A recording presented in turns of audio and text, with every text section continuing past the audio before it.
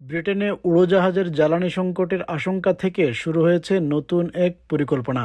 British সরকার সিদ্ধান্ত নিয়েছে প্রয়োজনে বিভিন্ন ফ্লাইটের যাত্রীদের একত্র করে কম সংখ্যক ফ্লাইটে ভ্রমণের ব্যবস্থা করা হবে, যাতে জ্বালানি সাশ্রয় করা যায়। এর উদ্দেশ্য হলো, যদি হঠাৎ করে জ্বালানির সরবরাহ কমে যায়, তাহলে শেষ মুহূর্তে যাতে ফ্লাইট বাতিলের ঝামেলা এড়ানো যায়। It just means that if required, obviously it's a fluid situation, it means that airlines can adjust their schedules responsibly, avoid unnecessary flying, and continue to operate efficiently whilst protecting connectivity for passengers. Flight চলাচলের জন্য jet জ্বালানি অপরিহার্য। যদিও এয়ারলাইনগুলো বলছে বর্তমানে তাদের কাছে পর্যাপ্ত জ্বালানি রয়েছে, তবুও প্রশ্ন উঠেছে এই মজুদ দিয়ে আর কতদিন চলবে। সাধারণত ব্রিটিশ এয়ারলাইনগুলো তাদের জ্বালানির বড় একটি অংশ মধ্যপ্রাচ্য থেকে পায়, কিন্তু ইরান যুদ্ধের কারণে সেই সরবরাহ প্রায় বন্ধ হয়ে গেছে। এর ফলেই জ্বালানির দাম হঠাৎ বেড়ে গেছে, আর তার প্রভাব পড়েছে ফ্লাইটের টিকিটের ওপরও। বিশেষজ্ঞরা সতর্ক করেছেন, কয়েক সপ্তাহের মধ্যেই ইউরোপ জুড়ে জ্বালানির ঘাটতি দেখা দিতে পারে।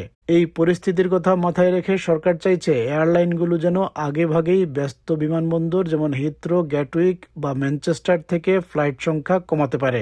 প্রচলিত নিয়মে ফ্লাইটের সংখ্যা কমালে এয়ারলাইনগুলো তাদের মূল্যবান উড্ডয়ন ও অবতরণের স্লট হারানোর ঝুঁকিতে পড়ে, কিন্তু নতুন পরিকল্পনায় সেই ঝুঁকি থাকছে না। এর ফলে যাত্রীদের জন্য ফ্লাইটের সংখ্যা কিছুটা কমে যেতে পারে, অর্থাৎ টিকিট বুক করার সময় বিকল্প কম পাওয়া যাবে। তবে ইতিবাচক দিক হলো, শেষ মুহূর্তে ফ্লাইট বাতিল হওয়ার সম্ভাবনা কমে যাবে। এয়ারলাইনগুলো তখন পরিস্থিতি অনুযায়ী দায়িত্বশীলভাবে তাদের সময়সূচি পরিবর্তন করতে পারবে ও প্রয়োজনীয় উড্ডয়ন এড়াতে পারবে। I am confident that the majority of people that are travelling this summer will have a similar experience to last year. There may be a need for airlines to trim their schedules slightly.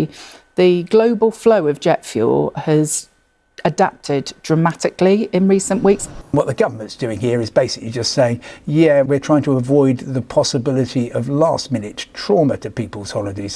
So really, you might find that you're told if you're flying from Gatwick to Nice in the south of France, yeah, we've cancelled your flight, but there's another one an hour earlier, so off you go.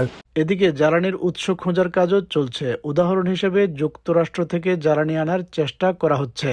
পাশাপাশি ব্রিটেনের নিজস্ব রিফাইনারিগুলোকে, যেমন হ্যাম্পশায়ারের ফরলি এলাকার রিফাইনারিকে যতটা সম্ভব বেশি jet জ্বালানি উৎপাদনের নির্দেশ দেওয়া হয়েছে। তবে সবকিছুর পরও এয়ারলাইন শিল্প এখনও আশাবাদী যে উপসাগরীয় অঞ্চলের যুদ্ধ দ্রুত শেষ হবে, কারণ পরিস্থিতি স্বাভাবিক না হলে গ্রীষ্মকালে অনেক যাত্রী হয়তো ভ্রমণ করতে পারবেন না।